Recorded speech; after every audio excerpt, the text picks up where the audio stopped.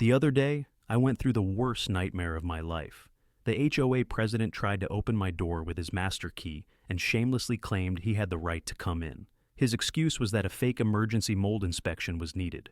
Let me start from the beginning. My name is Easton Clark. It's 5 in the morning. There's a sound at the front door, the sticky noise of paper. I thought it was just a pizza flyer. My wife Hannah was still fast asleep, thank goodness. I tried to go back to sleep too, but then there was another noise from next door, and then another. It was like an invasion of woodpeckers, very organized, very quiet.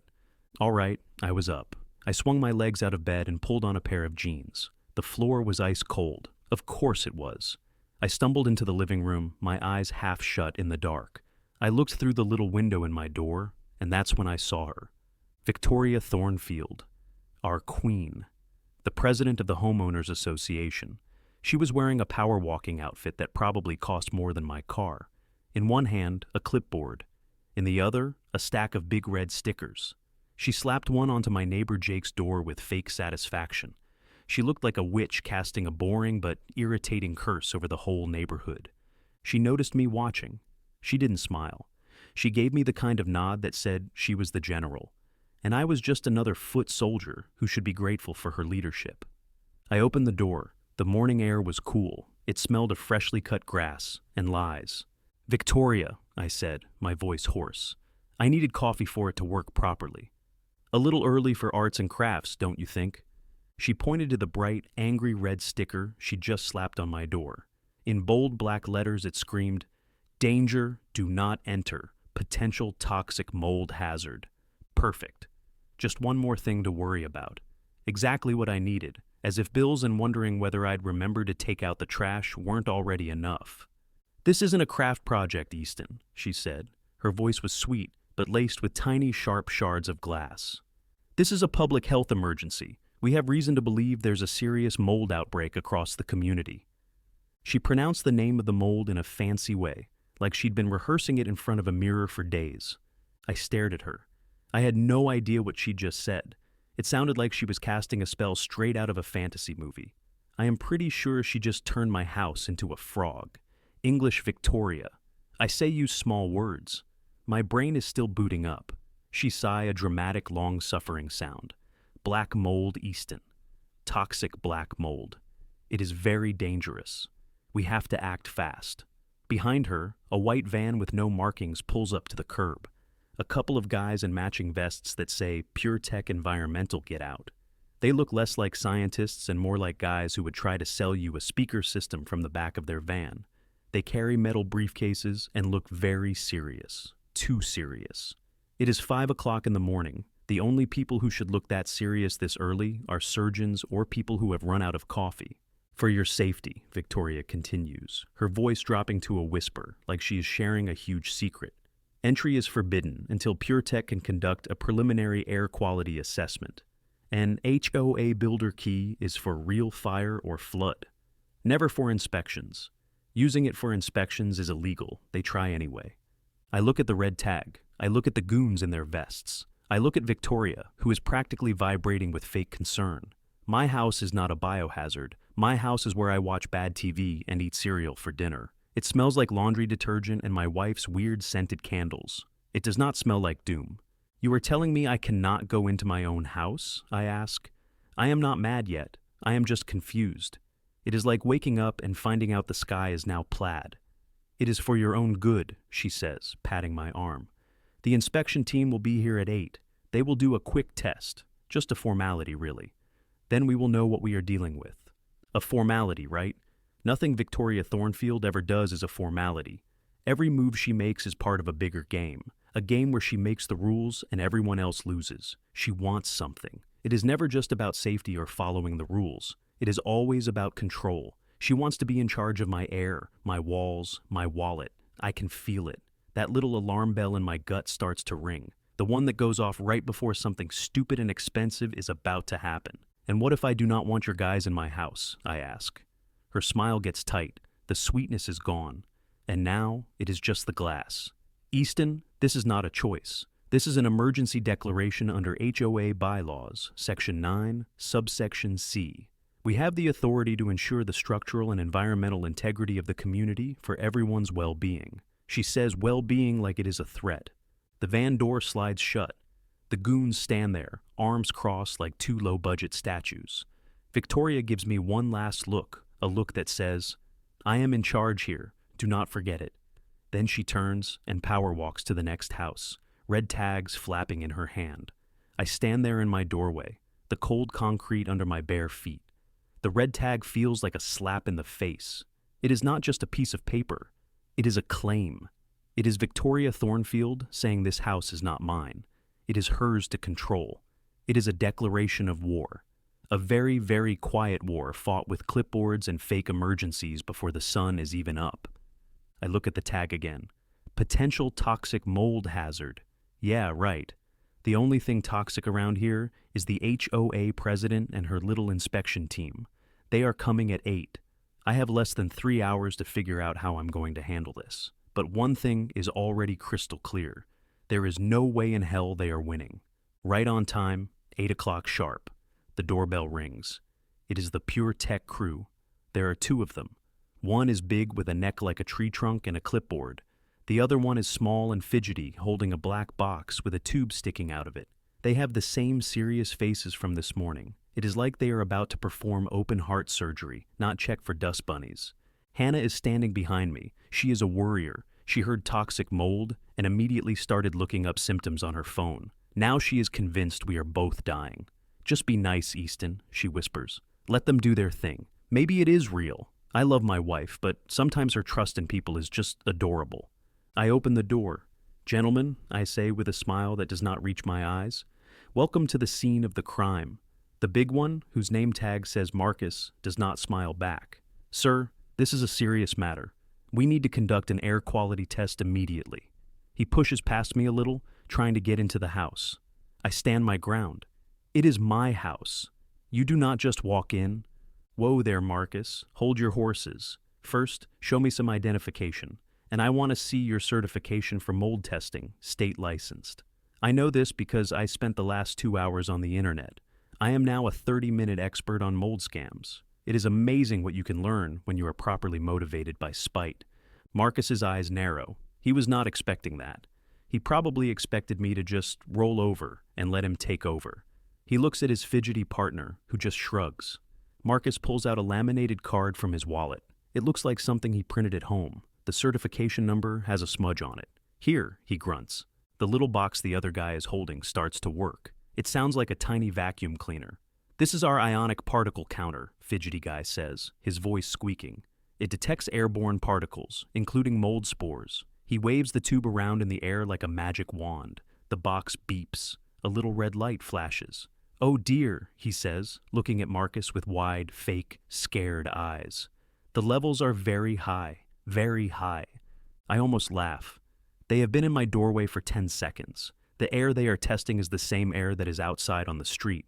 It is a joke, a bad one. "Wow," I say, my voice dripping with sarcasm. "That was fast. You guys are amazing. Do you do birthday parties?"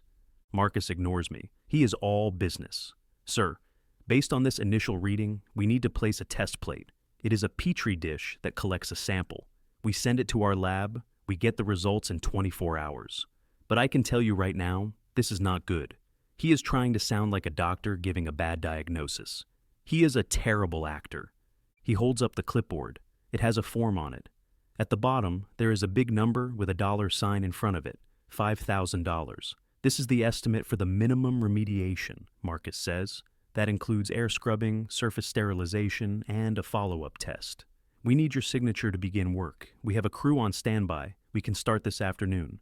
He is pushing hard. He wants me scared. He wants me to sign the paper without thinking. He wants my money. That is all this is about.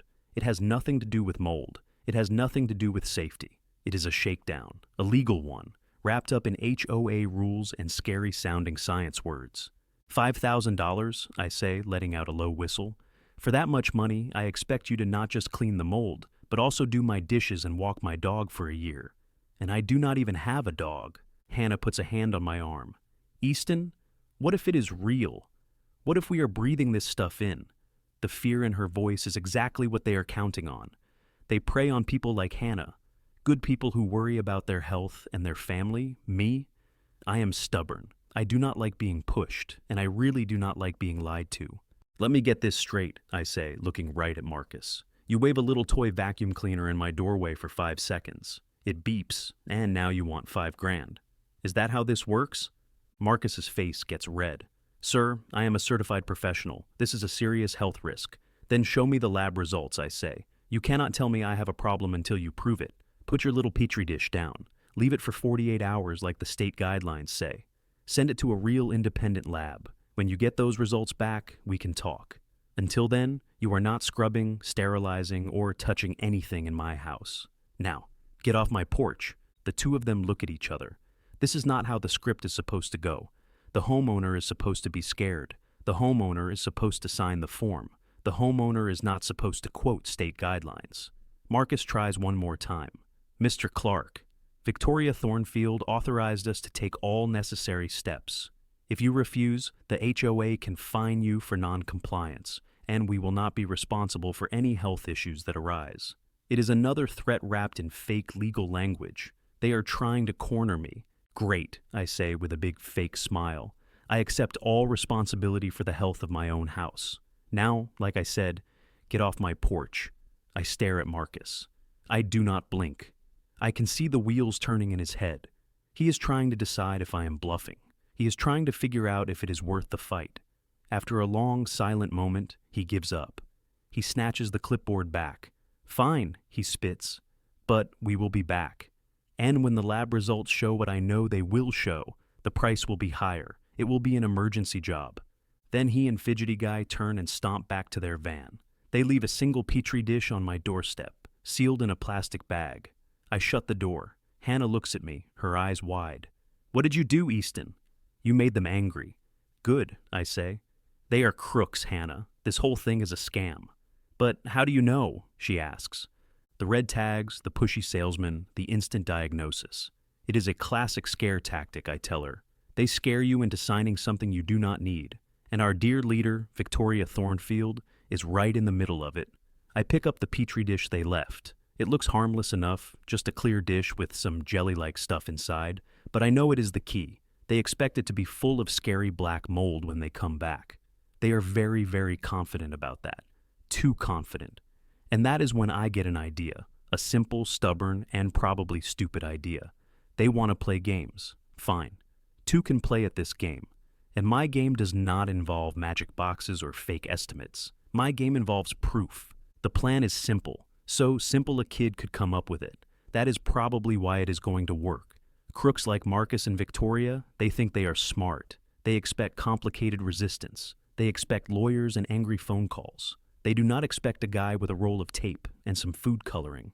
After the PureTech clowns leave, I go to the store. Not a hardware store, a craft store. I feel completely out of place. Everything is pink and smells like potpourri. I walk past aisles of glitter and yarn. I am on a mission. I buy 3 things. First, a pack of tiny spy cameras. They are the size of a sugar cube. The guy at the checkout counter gives me a weird look. I just smile and say, bird watching. I do not think he buys it. Second, I buy a roll of the thinnest, clearest tape I can find, the kind people use for wrapping gifts. It is almost invisible. Third, I buy a small bottle of blue food coloring, the super concentrated kind. My shopping basket looks like I am planning the world's worst, smallest birthday party. Hannah is watching me when I get home. I lay my supplies out on the kitchen table. Okay, she says, crossing her arms. What is all this? Are you making a model airplane or starting a detective agency? Detective agency, I say, holding up one of the tiny cameras. I'm going to prove this is a scam once and for all, she sighs. It is her. Oh boy, here we go. Sigh. I know it well. Easton, can we not just hire a different company to do a test, a real one? And if it is clean, we show the results to the HOA. No, I say, shaking my head. That is not good enough. That proves my house is clean. I want to prove they are liars. I want to catch them in the act. She can see I am not going to back down. That stubborn streak she usually finds annoying is now in full gear. Okay, Sherlock Holmes, she says. What is the plan? I hold up the tape. Step 1. They think the mold is coming from the vents, right? That is what they always say. It is in your HVAC system. I go over to the main air return vent in the living room. It is a big white metal grate near the floor. I take a tiny piece of the clear tape, no bigger than my fingernail.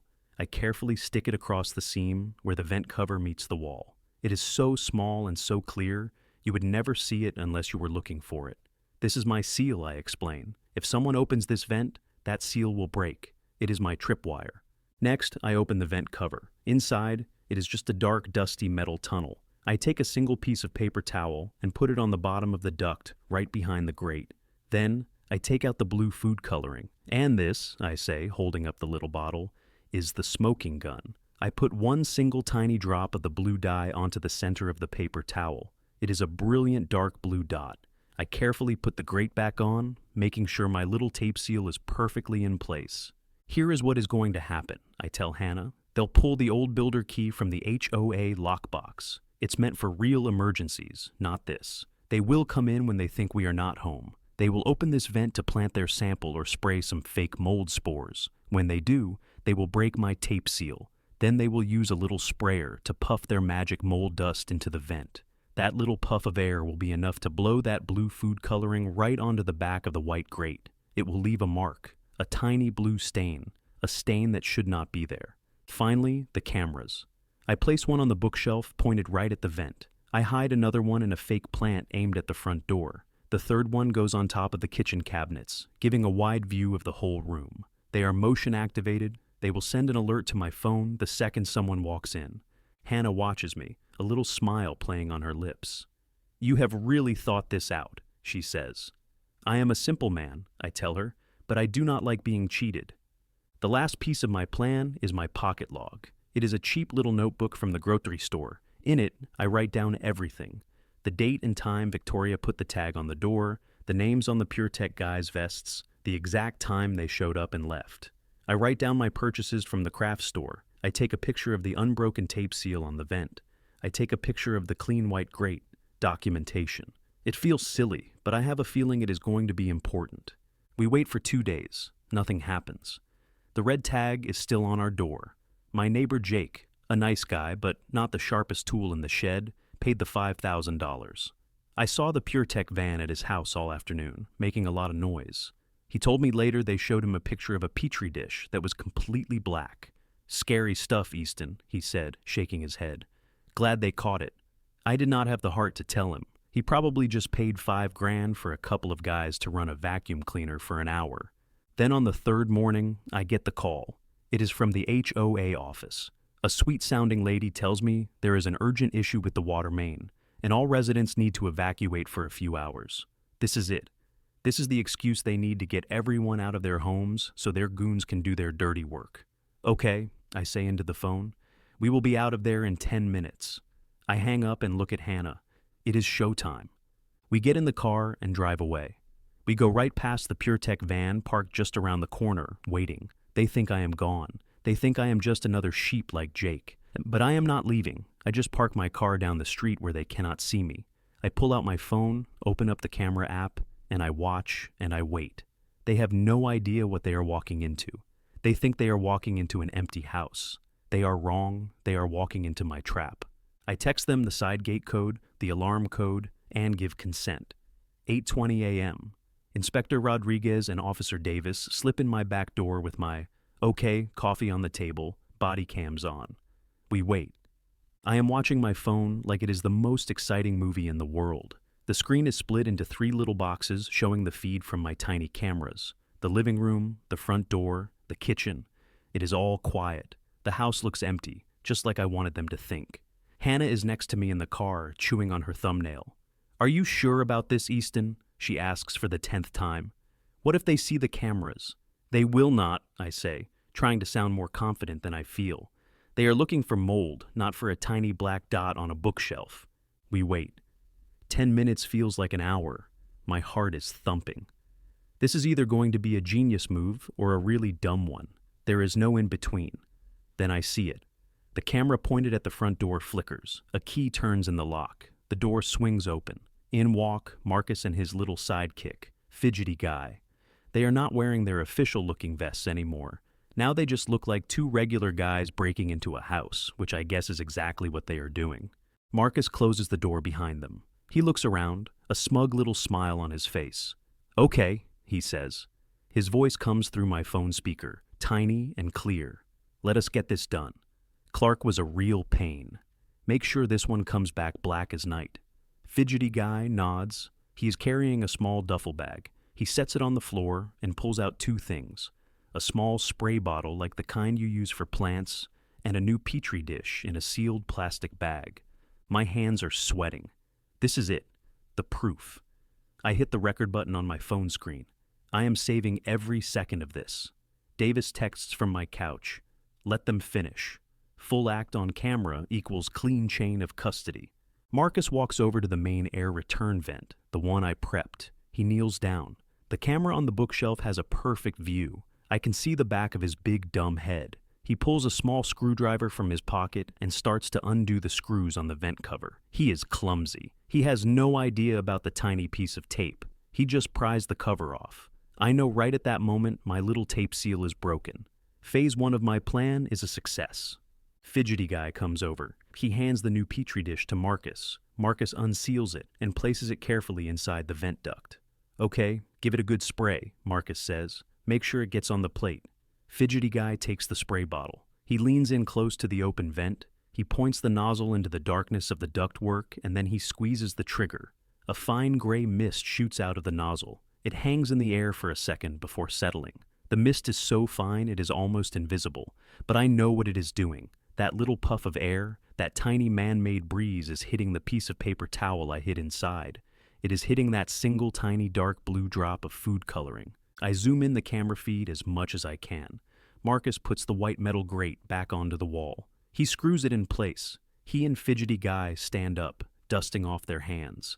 They look pleased with themselves. The whole thing took less than 5 minutes. They have planted their fake evidence. Now they just have to wait for the mold to grow, and then they can come back and collect their $5,000. Marcus turns to leave, but as he walks past the vent, he stops. He squints. He leans down closer to the grate. "What the hell is that?" he says. My heart leaps into my throat. He saw it. Fidgety Guy comes over. "What is what?" "Look," Marcus says, pointing on the grate. That blue spot on my phone screen, I can see it clear as day. A tiny faint but unmistakable smudge of blue on the white metal. It looks like a tiny speck of ink. My blue dye. It worked. The mist was just enough to splash it onto the back of the grate. Fidgety Guy stares at it. "I do not know," he says, his voice squeaking even more than usual. "What is it? Paint?" It was not there before. Marcus growls. He is starting to panic. This is not part of their plan. Blue spots are not part of the script. He tries to rub it with his thumb, but it is on the inside of the grate. He cannot reach it. "Forget it," he says, standing up fast. "Let us just go. It is probably nothing." They are spooked. They grab their bag and head for the door. They think they are home free. They think the weird blue spot is just a minor problem. They have no idea their problems are just beginning. Marcus reaches for the handle. The front lock turns again. A new key. The door opens. Victoria Thornfield steps in with a shiny key and her famous clipboard. She freezes. 2 officers sit on my couch, calm as Sunday. The key dangles in the lock, her clipboard slips, paper snow hits my floor. Officer Davis, morning. "Ma'am, interior entry needs consent or a warrant. HOA rules don't change that." "Victoria, this is an emergency inspection. Inspector Rodriguez, posting fake health tags isn't an emergency. It's a crime. Today is statements and evidence," Davis says. Charges follow. A siren chirps outside. Backup rolls to the curb. 2 patrol officers take the lawn to secure the street. I walk up my path like a director onto his set. Victoria stands in my doorway, stuck between pride and panic. Inside, Inspector Rodriguez and Officer Davis are on my couch. Coffee cups, body cams, steady eyes. Outside, backup units idle at the curb. Their doors say police in big block letters. Inside, the first pair wear dark navy with police patches and body cams. Outside, the polos say police in bright yellow. "Mr. Clark," Inspector Rodriguez says with a nod. "Looks like your tip was a good one." I nod back. They just finished their work. I walk up to my own front door. Marcus and Fidgety Guy are staring at the inspector and the cop like they have just seen ghosts. Their faces are pale. The smug confidence is completely gone. Now they just look like 2 kids caught with their hands in the cookie jar. "What is going on here?" Marcus stammers. We are here on an official work order from the HOA. Officer Davis just raises an eyebrow.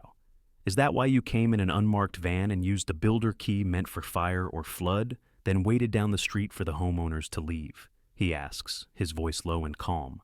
Marcus does not have an answer for that. Victoria and I step deeper inside. The inside pair wear dark navy uniforms with big police patches and body cams. The backup outside wear navy polos with bright yellow police across the chest. The air is thick with tension. It is my house, but it feels like a crime scene, which I suppose it is. Inspector Rodriguez walks straight over to the air return vent. She has gloves on. She kneels down just like Marcus did. She looks at the grate. "Ah," she says, a small, satisfied smile on her face. "There it is." She points to the tiny blue smudge. "That would be the dye you mentioned, Mr. Clark." "That is it," I say. "It was not there this morning. I have pictures." She pulls out an evidence kit. It is very official. She has little plastic bags and labels. She carefully removes the vent cover. She handles it like it is a precious artifact. She places it into a large evidence bag and seals it. "Vent grate with unknown blue substance collected at 10:14 a.m., she says, writing on the label. Then she reaches into the vent itself. She pulls out the petri dish Marcus planted. One petri dish sealed. It goes into another bag. She pulls out the piece of paper towel with the blue spot on it. Officer Davis bags the gray spray bottle from their duffel and logs the time. He signs as evidence witness. Rodriguez notes the chain of custody ID. One paper towel with blue dye that goes into a bag too. Everything is being documented. Everything is being done by the book. This is not just me against them anymore. This is the city against them. Marcus is starting to sweat. He is looking at the door like he is thinking about making a run for it. Officer Davis sees it too. He takes a step, blocking the exit. "I would not do that if I were you," he says, his voice still calm, but with a hard edge to it now. "Right now, you were just answering a few questions. If you run, it becomes something else entirely." Fidgety Guy looks like he is about to cry. He keeps wringing his hands and looking at Marcus, like he is hoping his boss has a magical plan to get them out of this. Marcus has nothing. His whole scam depended on people being scared and ignorant. He has no idea what to do when faced with cops and evidence bags. Inspector Rodriguez stands up. She looks at the two of them. "I am going to ask you a question," she says, her voice cold as ice. "That mist you sprayed in the vent. What was in it?" Marcus stammers. It is a standard atmospheric compound for testing." "Really?" Rodriguez asks. "Because we are going to test it. We are going to test everything. The grate, the dish, the air in this room. And if we find that you have intentionally introduced a contaminant into this home, that is a very serious crime. It is called fraud. It is also a public health violation. The fines are steep and the jail time is not pleasant. The word jail hangs in the air. It seems to suck all the oxygen out of the room. Fidgety Guy makes a little squeaking sound and sits down hard on the floor. He looks like he's going to be sick. Marcus just stares, his mouth hanging open. The whole thing is beautiful. It is better than any movie I have ever seen. My silly little plan with tape and food coloring actually worked. It worked perfectly. I caught them red-handed, or more accurately blue-handed. Officer Davis pulls out a notebook. "All right," he says, looking at Marcus and his partner on the floor. "I am going to need to see your identification and the work order from the HOA, and I am going to need you to tell me exactly who sent you here and why." Marcus looks defeated. The fight is gone. The bully has been cornered and he has no more tricks up his sleeve. He slowly reaches for his wallet. Inspector Rodriguez turns to me. "Mr. Clark," she says, "this was excellent work. The physical evidence is a great start." She holds up the bagged vent grate. "But to really make this stick, we need to connect them to the person who hired them. We need to see the paper trail. The hook is set. Now it is time to reel them in." The living room has turned into a makeshift command center. Officer Davis has Marcus and Fidgety Guy sitting on my couch. They are not in handcuffs, but they are not going anywhere. Davis is asking them questions in a low, patient voice. He is letting them dig their own holes. Fidgety Guy, whose name is apparently Kyle, is spilling everything. He is talking so fast, he is tripping over his words. He is blaming Marcus. He is blaming the company. He is trying to make a deal before he has even been charged with a crime. Marcus is just sitting there, silent, staring at the floor. He knows he is cooked. Meanwhile, Inspector Rodriguez and I are at my dining room table. She has my laptop open. Okay, Mr. Clark, she says. You mentioned emails from your HOA president, Victoria Thornfield. I have got a whole folder full of them, I say. I pull them up. There are dozens. The first one sent a week ago is a community health alert. It is full of vague warnings about potential airborne irritants and seasonal moisture. It is clearly designed to plant the seed of fear. Then a few days later, another one. This one is more direct. It mentions a confirmed report of black mold in a nearby neighborhood and recommends a proactive inspection. Then comes the big one, the email from 2 nights ago. The subject line is emergency action required. This is the email where Victoria declares a public health emergency. She cites the HOA bylaws, the same one she quoted to me on my porch. And at the bottom of the email, there is a helpful recommendation for your convenience and safety. It reads, the board has contracted with PureTech Environmental, a state-certified remediation specialist, to conduct immediate mandatory testing for all residents. State-certified, Rodriguez says with a snort. I will be checking on that. She pulls out a thumb drive and plugs it into my laptop. With your consent, we'll copy any emails about this. She says, police can seek a warrant for HOA servers if needed. Let us save all of these. We copy the entire email chain. Every smug, threatening word from Victoria Thornfield, every fake warning. It is a beautiful paper trail. While we are doing that, Officer Davis gets a call on his radio. He listens for a moment, says, copy that, and hangs up. He has a little smile on his face. Well, that is interesting. He says, my partner just ran the plates on the PureTech van. It is registered to a man named Samuel Reed. Turns out Mr. Reed has a brother-in-law on the HOA board here. Inspector Rodriguez and I look at each other. Let me guess, I say. His name is not Victoria Thornfield. Nope. Davis says his name is Mitchell Caldwell. He is the HOA treasurer. The plot thickens. This is not just Victoria's little scheme. The treasurer is in on it. He is the one who cuts the checks.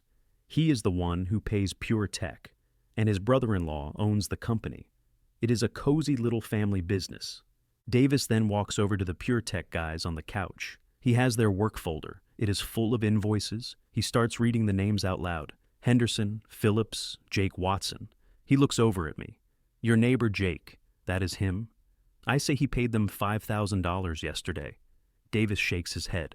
According to this, they have hit 8 houses in the last 2 days, all for the same amount, $5,000. That is $40,000, gentlemen. Not a bad haul for a couple of days' work. Marcus flinches. Kyle just looks miserable. We spend the next hour copying everything. We copy the invoices. We take pictures of the work orders. Inspector Rodriguez has me write a detailed statement explaining everything from the red tag to the blue dye. I write it all down in my little pocket log. Then I sign the official police statement. Every piece of paper, every digital file is another nail in their coffin. They came into my house to plant fake evidence. And now they are drowning in real evidence. The irony is delicious. Finally, Rodriguez and Davis have everything they need. The evidence bags are all lined up by the door. What happens now? I ask them. Now, Rodriguez says, the lab gets to work. We will confirm what is in that spray and on that Petri dish. Once we have that, the district attorney will have a very strong case for fraud and conspiracy. And in the meantime, Davis adds, we are going to have a little chat with Mr. Samuel Reed of PureTech and Mr. Mitchell Caldwell, the HOA treasurer. He looks at Marcus and Kyle. You two are coming with us. We need your official statements. They lead the 2 scammers out of my house. As they are leaving, Marcus turns and gives me a look. It is a look of pure hatred. If looks could kill, I would be a pile of ash on my own doorstep. But I am not scared. I just give him a little wave. Have fun, guys, I say. Send me a postcard. After they are gone, Hannah comes over and gives me a huge hug. You did it, she says, her voice full of relief. You actually did it. We did it, I correct her. It is not over yet. Victoria is still out there. Inspector Rodriguez gives me her card. There is one more thing you can do, Mr. Clark, she says. There is an HOA meeting tomorrow night. Is not there? I nod. Be there, she says. And tell your neighbors to be there. Tell them to bring their bills from PureTech. A slow smile spreads across my face. I see what she is planning. The evidence is one thing. Public pressure is another. Victoria Thornfield loves to rule over her little kingdom from the front of a meeting room. Tomorrow night, that meeting room is going to be her execution chamber. She has no idea what is coming. She still thinks she is in control, but the tide is turning and it is about to become a tidal wave. The clubhouse is packed, standing room only. Word spread. Neighbors clutch PureTech bills like losing tickets. Hannah and I take the back. Up front, Victoria in white blazer, calm mask, Mitchell Caldwell, sweaty and gray. Hannah and I find a couple of seats in the back. I can feel the energy in the room. It is like a bottle of soda that has been shaken up. The cap is about to fly off. Up at the front table sit the board members. Victoria is in the center, of course. She is wearing a crisp white blazer, looking calm and in charge. To her right is Mitchell Caldwell, the treasurer. He does not look calm. He looks like he is about to throw up. He is sweating and constantly wiping his hands on his pants. He knows the police talked to his brother-in-law. He knows the walls are closing in. Victoria bangs the gavel. All right, everyone, let us settle down. Welcome to the monthly meeting of the Riverside Meadows Homeowners Association. She launches into her usual speech. She talks about lawn maintenance. She talks about the color of someone's mailbox.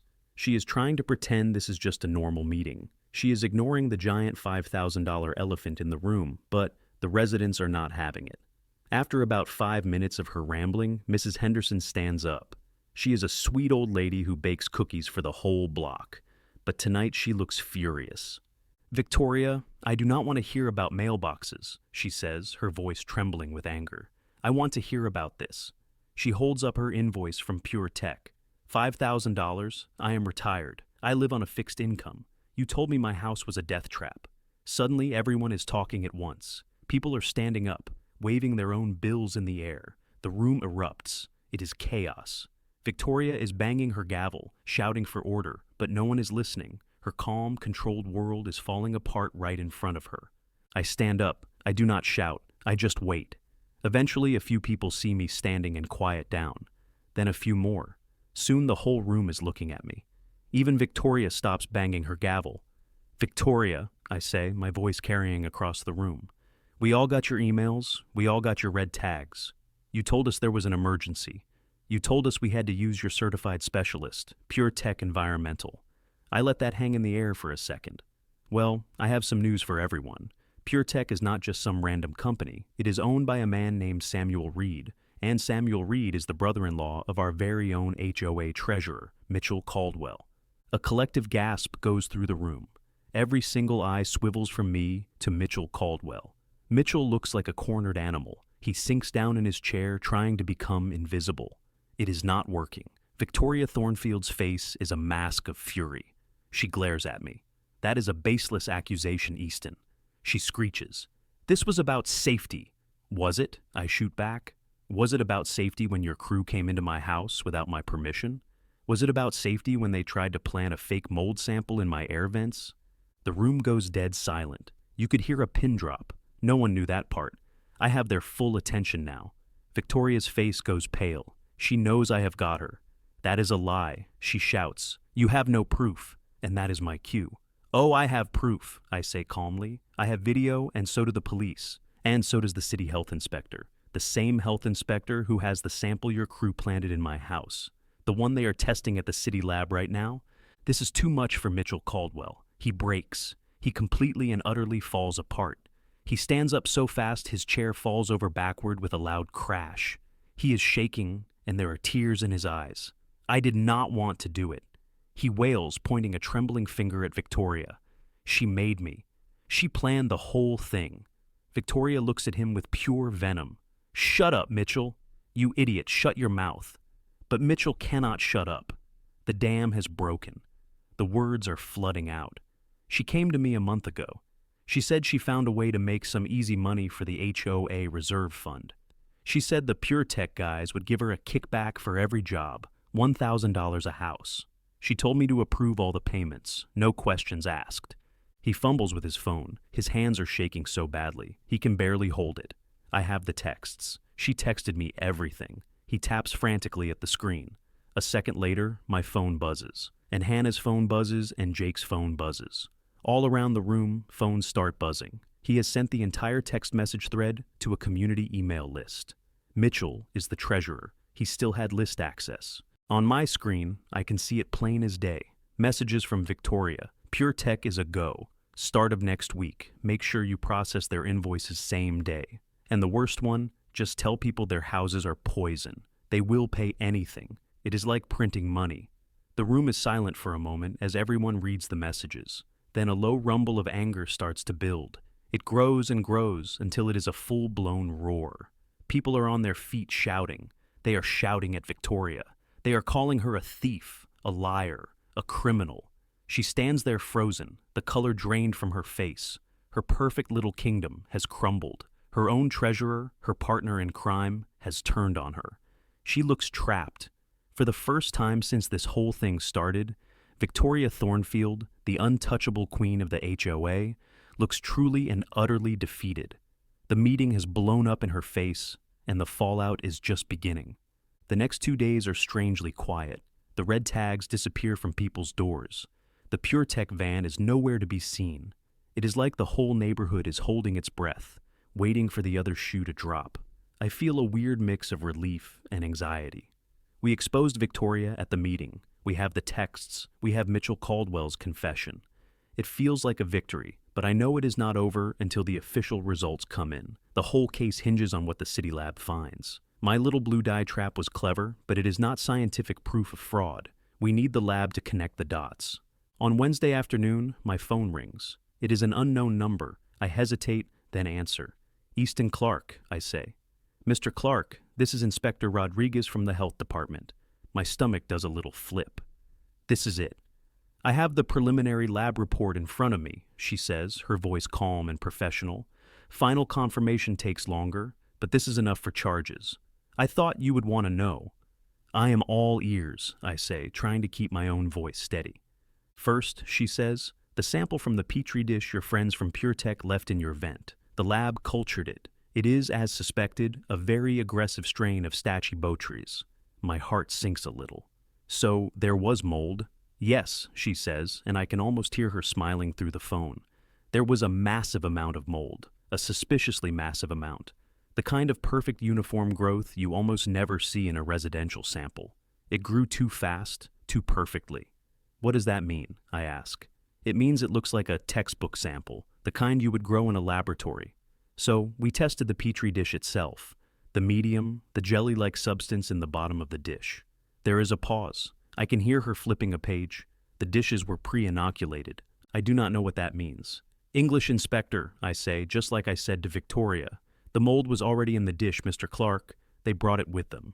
The spores were embedded in the nutrient gel before they ever set foot in your house. All they needed was a little time in a dark place, and it would grow into a big, scary black spot. It is definitive proof of fraud. They were planting evidence. I let out a breath I did not even know I was holding. Yes, I say, punching the air in my kitchen. I knew it. Hannah gives me a thumbs up from across the room. It gets better, Inspector Rodriguez says. We analyzed the substance from the sprayer they used. It was a mix of water, a little dust, and a few common harmless household mold spores. The kind you would find in any house. It was a prop. It was designed to look real, but the actual toxic mold was in the dish all along. The whole scam is laid bare. The spiked dishes, the fake spray. It was all a magic trick. A cheap, dirty magic trick to scare people out of their money. Thank you, Inspector, I say. This is amazing news. Do not thank me yet, she says. Wait until you hear what Officer Davis found. An hour later, Davis calls me himself. Easton, he says, his voice excited. You are not going to believe this. After the last few days, I will believe anything, I tell him. Property management gave us the pool lot footage on request. He says the one that overlooks the parking lot. Yeah, we went through hours of video. 5 o'clock in the morning this started. A white van pulls into the lot, the PureTech van. A few minutes later, Victoria Thornfield's car pulls up next to it. I am on the edge of my seat. Go on, I say. A man gets out of the van, Samuel Reed, the owner. He is holding a plain cardboard box. He walks over to Victoria's car. She rolls down her window. He hands her the box. She hands him a white envelope. Then, and this is the beautiful part, Easton. She pops her trunk, takes out a different cardboard box, and hands it to him. He takes that box, puts it in his van, and they both drive away. The pieces all click into place. The swap, I whisper. That is the swap. That is the swap, Davis confirms. The first box had to be the pre-spiked dirty Petri dishes. She took them. The second box, the one from her car, that had to be the clean, sterile dishes they were supposed to be using. She gave them to him to make it look like he was picking up supplies. But the real evidence, the rigged tests, she kept those with her. She probably handed them out to the crew personally, right before they went knocking on doors. They have them on video. The conspiracy, the exchange, the kickback in the envelope, it is all there, recorded in grainy black and white from a camera aimed at a swimming pool. It is the final piece of the puzzle, the piece that connects Victoria Thornfield directly to the fraud. "So what now?" I ask, my voice buzzing with adrenaline. Davis's voice turns serious. "Now we have everything we need. The lab results from Rodriguez, the treasurer's confession, the text messages, and now the video. The DA signed off on it 10 minutes ago." There is a pause on the other end of the line. I can hear the sound of a car engine starting. "We are going to pay a visit to the PureTech office," Davis says, "and we are going to execute a search warrant. This is not just about your house anymore, Easton. This is about taking down the whole rotten operation." I can hear the determination in his voice. The trap has been sprung. The evidence is in. Now it is time for the takedown. I do not get to see the raid happen, but Officer Davis calls me later that night and walks me through it step by step. He knows I need to hear it. He knows this is the payoff for all the stress and the waiting. His description is so vivid, I can picture it perfectly in my head. He tells me the PureTech environmental office is not much of an office. It is a sad little storefront tucked away in a dying strip mall between a laundromat and a nail salon. The windows are covered with dusty blinds. From the outside, you would not even know it was a business. Davis says there were 4 of them. 2 uniformed officers, him, and a detective from the fraud division. They do not smash the door down. They just walk up, knock, and show the search warrant to the guy who opens it. The guy is Samuel Reed, the owner, Mitchell Caldwell's brother-in-law, the guy from the pool camera video. Davis says Reed's face went completely white when he saw the police. He knew the game was up. They step inside. The place is a mess. It is basically one big room with a couple of cheap desks, overflowing ashtrays, and stacks of papers everywhere. It smells like stale coffee and desperation. Davis says it was obvious this was not a legitimate scientific testing company. It was a boiler room, a command center for a scam. The 2 uniformed officers start by securing Reed and the only other employee in the office, a nervous-looking woman who was on the phone, probably trying to scare another homeowner into a fake mold cleanup. Then Davis and the detective get to work. They know exactly what they're looking for. They start with the file cabinets. In the very first drawer they open, they hit the jackpot. It is a stack of bright red tags, the exact same danger do not enter tags that Victoria had plastered all over our neighborhood. There are hundreds of them fresh from the printer. Right next to them is a box of pre-printed invoices. They are all for $5,000. The company name and service description filled in, but the customer name and date are left blank. They were ready to keep this scam going for a long, long time. But the real bombshell, Davis tells me, is what they find in Samuel Reed's desk drawer. Tucked away under a pile of fast food menus, they find a small black ledger book, a cash book. They open it up. Inside, in neat columns, is a handwritten list. On the left side of the page is a list of addresses. My address is there. Jake's address is there. Mrs. Henderson's address is there. Every house they targeted is listed. In the middle column is the amount paid, $5,000. And in the right-hand column, there is another number, $1,000. And next to that, $1,000 figure for every single entry, are the same 2 initials, VT. Victoria Thornfield. It is the kickback ledger, the smoking gun. It shows the entire criminal conspiracy in black and white. It confirms everything Mitchell Caldwell confessed at the meeting. It is irrefutable proof. Davis says the fraud detective just closed the book, looked at Samuel Reed and said, "You are going to need a very good lawyer." Reed did not say a word. He just sat down in his chair and put his head in his hands. While this is happening, another team of officers is paying a visit to someone else. They have a warrant for her too, an arrest warrant. They go to Victoria Thornfield's house, the nicest house in the neighborhood, of course. The one with the perfectly manicured lawn she was always so proud of. Davis tells me he heard it was a quiet arrest. No drama, no shouting. She answered the door. They showed her the warrant and she just nodded. She knew it was coming. She must have known after the HOA meeting blew up that it was only a matter of time. The image Davis paints for me is the one I will remember forever. Victoria Thornfield, the queen of Riverside Meadows, the woman who ruled our lives with an iron fist and a clipboard, being led out of her perfect house in handcuffs. Not in her power-walking outfit, not in her crisp white blazer, just a regular person stripped of all her fake authority. She does not look angry or smug anymore. She just looks small. The raid on the PureTech office and Victoria's arrest are the final moves in the game. They have the physical evidence from my house. They have the financial records from the treasurer. They have the video evidence of the swap. And now they have the kickback ledger and the tools of the trade, the red tags and the blank invoices. The whole corrupt little empire has been brought crashing down. It started with a quiet little thud on my front door in the dark, a red tag, a challenge, and it ended with the satisfying final click of handcuffs. The bully has been caged. Now all that is left is to clean up the mess she made. The end is not as dramatic as the middle. There is no big courtroom showdown. There are no surprise witnesses. It is all very quiet, very legal, and very, very satisfying. Victoria Thornfield, Samuel Reed, and Mitchell Caldwell all take plea deals. Their lawyers saw the mountain of evidence against them, the videos, the text messages, the ledger, and knew they did not stand a chance in a trial. They plead guilty to fraud and conspiracy. They do not get jail time, which is a bit of a letdown, but they get hit with massive fines, years of probation, and best of all, they are permanently banned from ever serving on any corporate or community board ever again. Victoria Thornfield's reign is officially, legally, and permanently over. The HOA is in chaos for a little while, but it is a good kind of chaos. We call an emergency meeting, and this time the mood is completely different. It is not angry, it is determined. We vote Victoria and Mitchell off the board. We elect a whole new group of people, normal people. People who just want to live in a nice, quiet neighborhood without being scammed. I get nominated for president. I laugh and tell them, "No, thank you. I did not do any of this because I wanted power. I did it because I wanted to be left alone. I just wanted to protect my home, my little corner of the world." The best part is the money. Under the terms of the plea deal, and with a whole lot of pressure from the district attorney's office, the HOA's directors and officers' insurance covers the claims. They have to cover the damages from the board's criminal activity.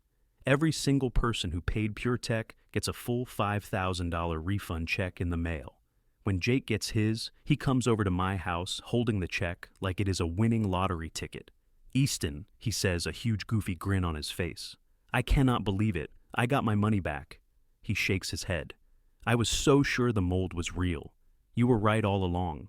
Just glad it worked out, Jake," I say, clapping him on the shoulder. Seeing the relief on his and my other neighbors' faces is a better reward than anything else.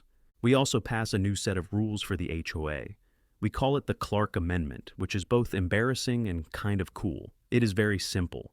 It says no HOA emergency entry without a written order from a city agency, fire, health, or a judge. Period. No more private contractors, no more vague threats, no more made-up emergencies. It puts the power back where it belongs, with the homeowners. Life settles, lawns cut, trash picked up. But we're different now. People talk. We watch out for each other. Not just houses anymore, a community. What's your worst HOA horror story? Drop it in the comments below. Your experience might help someone else going through the same battle. Hit that subscribe button if you love seeing bullies get what they deserve. And ring that notification bell for more HOA Revenge Stories, where justice is served ice cold. Remember, sometimes standing up to neighborhood tyrants doesn't just save yourself, it saves everyone around you. When good people refuse to be intimidated by fake authority, entire communities can break free from fear. Thanks for watching HOA Revenge Stories, where we prove that every HOA Karen eventually meets their match.